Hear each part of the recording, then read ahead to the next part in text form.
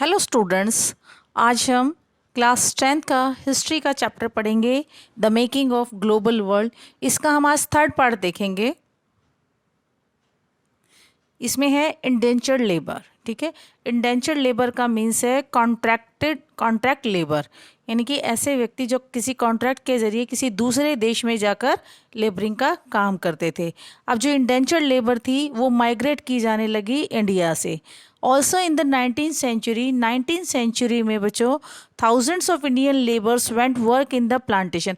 हज़ारों की संख्या में जो लोग हैं वो प्लांटेशन के काम के लिए, माइनिंग के काम के लिए और दूसरे जो कंस्ट्रक्शन प्रोजेक्ट्स हैं उनको, जो कि पूरे विश्व भर में हो रहे थे, उनको करने के लिए क्या हो गए, एक जगह से दूसरी जगह मूव किया उन्होंने। ठीक है, all this labour need sign contract. अब ये जो लेबर थे, इन लोगों को कॉन्ट्रैक्ट साइन करना पड़ता था अकॉर्डिंग टू दिस कॉन्ट्रैक्ट, और इन कॉन्ट्रैक्ट के अकॉर्डिंग उन्हें क्या करना पड़ता था, जब तक 5 साल कंप्लीट नहीं हो जाते थे उस सर्विस में इनको, तब तक वो वापस इंडिया नहीं आ सकते थे, वापस अपने देश नहीं आ सकते थे। ये कॉन्ट्रैक्ट उनसे बच्चों साइन कराया जाता था। ठीक है, ऑन रीचिंग देयर, और वहाँ पहुँचने पर the living condition were not as promise, और वहाँ की जो लिविंग कंडीशंस हैं वो वैसी नहीं होती थी जैसा कि उनको बताया जाता था। ठीक है, on the contract they were very harsh with little no legal rights, while some of them escaped into the jungle, a few stay back and adapted to a new culture leading to a fusion of culture. बहुत सारे जो लोग थे बच्चों, वो इस contract के ज़रिए वहाँ पहुँचते थे और वहाँ पहुँचकर उन्हें उनकी जो लिविंग कंडीशन है, जैसा कि उनसे प्रॉमिस किया जाता था वैसी नहीं मिलती थी, जैसा कि कॉन्ट्रैक्ट में कहा जाता था वैसी नहीं होती थी, और उनको थोड़ा बहुत हैरस भी किया जाता था, उन्हें परेशान भी किया जाता, फिजिकली और मेंटली रूप से और इकोनॉमिकली रूप से भी हैरस किया जाता था। उनके पास कोई अधिकार नहीं थे, कोई लीगल राइट नहीं होता था उनके पास में। ठीक है, और कई बार वो इतना हैरेसमेंट होता था उनके साथ में बच्चों कि वो वहाँ से उस पिटाई से बचने के लिए, भूखमरी से बचने के लिए वहाँ आसपास से जंगलों में भाग जाते थे और वहाँ कुछ समय रहते थे और फिर वापस आकर एक नए कल्चर को क्या कर लेते थे, अडॉप्ट कर लेते थे और उसे मिलाकर क्या बना लेते थे, फ्यूज़न कल्चर के रूप में उसे क्या करते थे, एक्सेप्ट कर लेते थे। अब उन लोगों ने जो कि जंगल में भाग गए थे और वापस आए थे अपने हिसाब से, उन लोगों ने अपने ज़िंदगी जीने के लिए अपना एक अलग से रास्ता बना लिया था, अपनी ज़िंदगी जीने के लिए एक नया तरीका ढूंढ लिया था उन्होंने।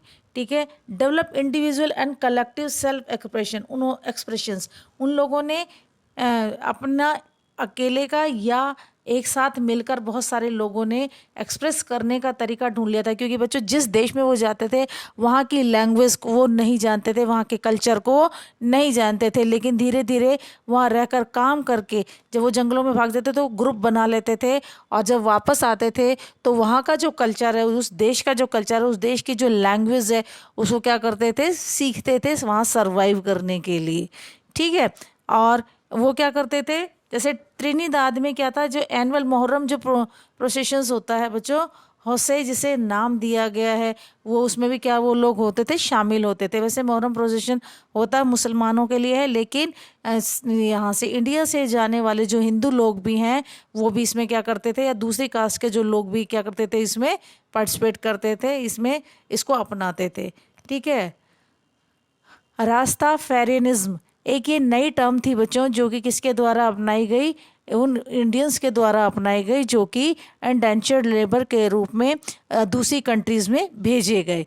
एक रेबेलियस जो रिलीजन बनाया गया on the lines of the Bob Marley revolutionary religion form by them against the domination of agents. आप जो लीडर था उनका, बॉब मार्ले रिवोल्यूशनरी लीडर था, उसने एक रिलीजियस रिवोल्यूशनरी ग्रुप बनाया जिसमें कि वो क्या करते थे, उन एजेंट्स के डोमिनेशन के खिलाफ, उन एजेंट्स के एकाधिकार के खिलाफ उनको क्या करते थे, आवाज़ उठाते थे। उन लोगों की आवाज़ थी ये, जो कि कहाँ से, कॉलोनियल जो गवर्नमेंट है, कॉलोनियल जो एरिया है, वहाँ से उनको लाया जाता था कॉन्ट्रैक्ट के ज़रिए। ठीक है। एक इसी का ही एक एग्जाम्पल है, फ्यूज़न का ही एक एग्जाम्पल है बच्चों, चटनी म्यूज़िक। ठीक है, चटनी म्यूज़िक किससे मिलकर बना है? ओल्ड भोजपुरी सॉन्ग और जो कॉलोनियल नेटिव जो कल्चरल जो फोक सॉन्ग है उसको मिलाकर बना है। कॉलोनियल नेटिव जो उनका नाम बच्चों ये आया है ऐसी जगह जहाँ पर उनको उस लेबर को लेके जाया जाता था काम कराने के लिए, प्लांटेशन में, माइनिंग में, ठीक है, ऐसी वाली जगह में जहाँ कंस्ट्रक्शन वर्क होता था, ऐसी जगह पे उनको ले जाया जाता है। ये उसका नाम आया है colonial native cultural folk song, उन्होंने बनाए। ठीक है, 1900 में जो इंडियन नेशनलिस्ट लीडर्स हैं उन्होंने इसका विरोध किया, इंडेंचर्ड लेबर का। ठीक है, और अब्यूसिव एंड क्रूअल, क्योंकि ये क्या था, बहुत ज़्यादा लोगों के लिए बहुत परेशान करने वाला था, बहुत क्रूअल था, हैरेस करता था लोगों को, और इसीलिए इसको अबॉलिश किया गया बच्चों 1921 में। इंडेंचर्ड लेबर माइग्रेशन को क्या कर दिया गया? अबॉलिश कर दिया गया 1921 में। इंडेंचर्ड लेबर के बारे में कुछ फैक्ट्स हैं वो देख लेते हैं बच्चों।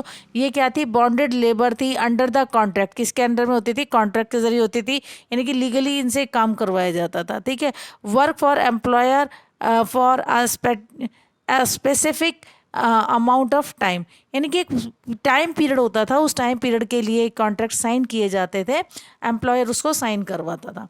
ठीक है, और इसमें जो एम्प्लॉयर है वो आते कहाँ से थे बच्चों? बिहार से, सेंट्रल इंडिया से और तमिलनाडु से। कहाँ से आते थे? बिहार, सेंट्रल इंडिया और तमिलनाडु से आते थे। और जो इंडेंचर्ड लेबर के ये एक्सप्लॉइट किसके द्वारा किया जाता था? एक्सप्लॉइटेशन किसके द्वारा होता था?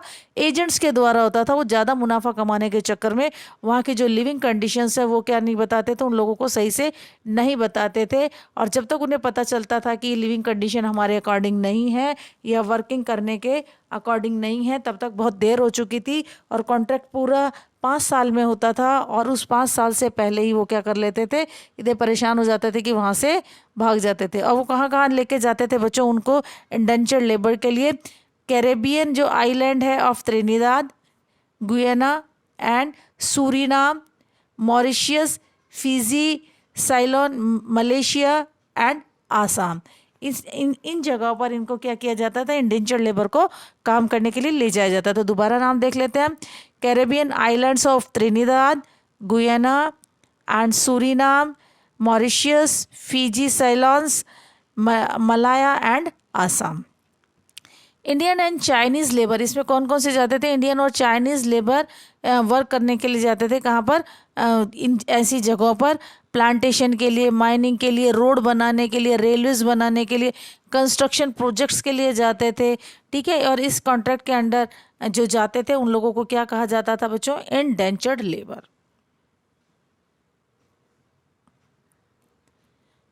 ये एक पिक्चर है बच्चों, ये शो कर रही है आपको लेबरिंग का।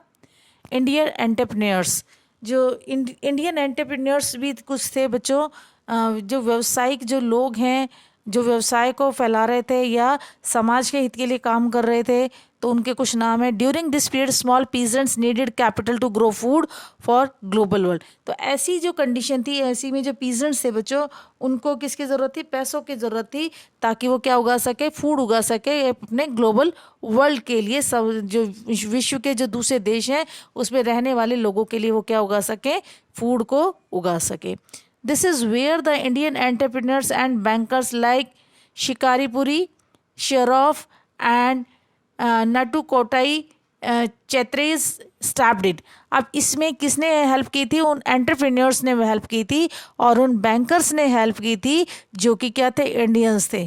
ठीक है, इनके कुछ के नाम दिए हुए, शिकारीपुरी श्रॉफ्स है एंड नटू कोटाई चैतियार्स। इन्होंने क्या किए? महत्वपूर्ण कदम उठाए, लोगों की हेल्प की, पर्सनल लेवल पर जाकर इनकी हेल्प की थी। ठीक है, they finance export agriculture in central and south east. उन्होंने जो एग्रीकल्चर को एक्सपोर्ट किया, कहाँ पर सपोर्ट किया बच्चों? Central and south east Asia में किया था।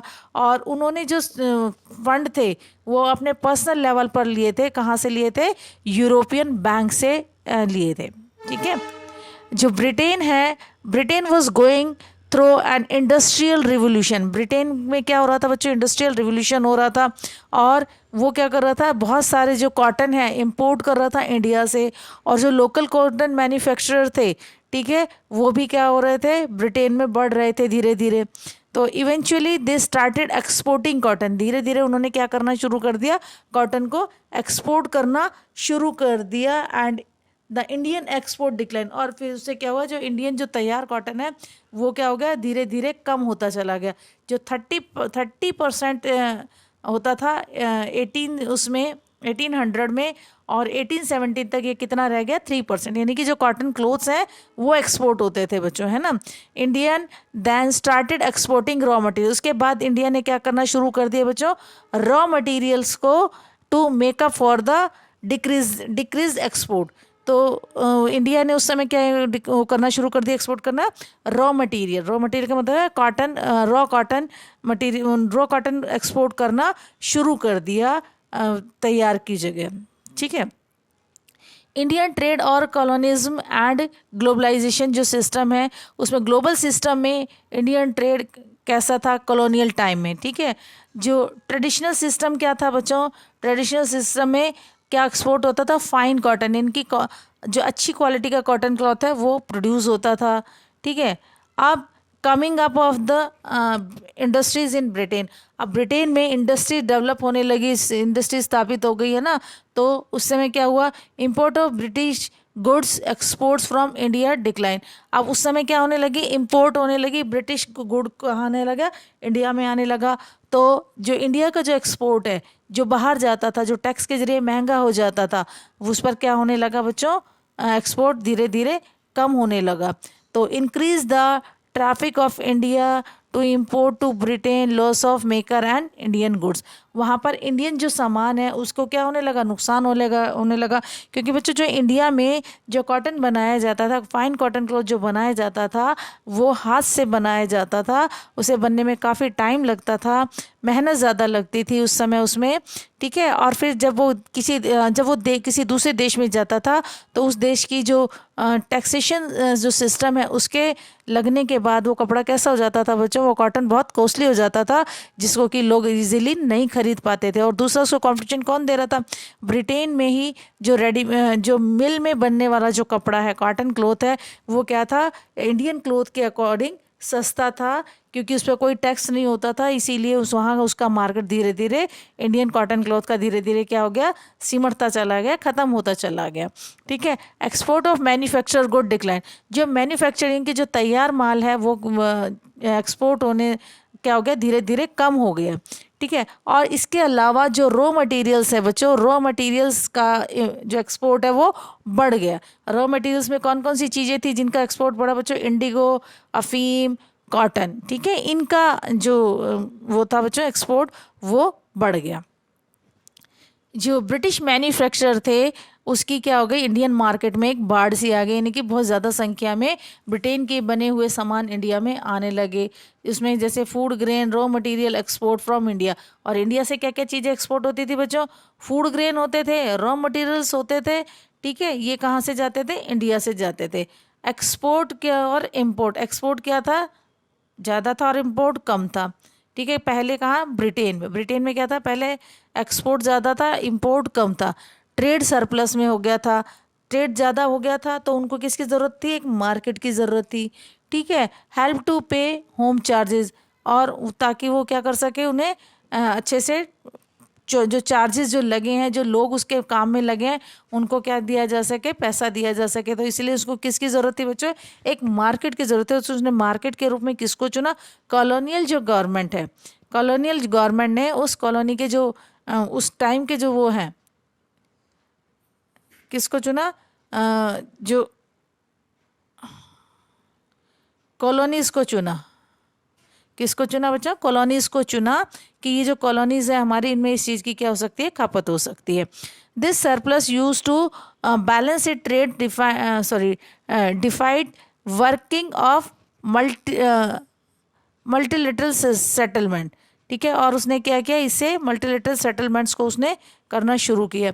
जो इंडियन ट्रेड है, कॉलोनिज्म एंड ग्लोबल सिस्टम, ये उस टाइम का जो इंडिया का जो ट्रेड था उसका ये सिनेरियो था जब ग्लोबल वर्ल्ड में इंडिया की बात आई। तो बच्चों ये था आपका पार्ट 3। आई होप आपको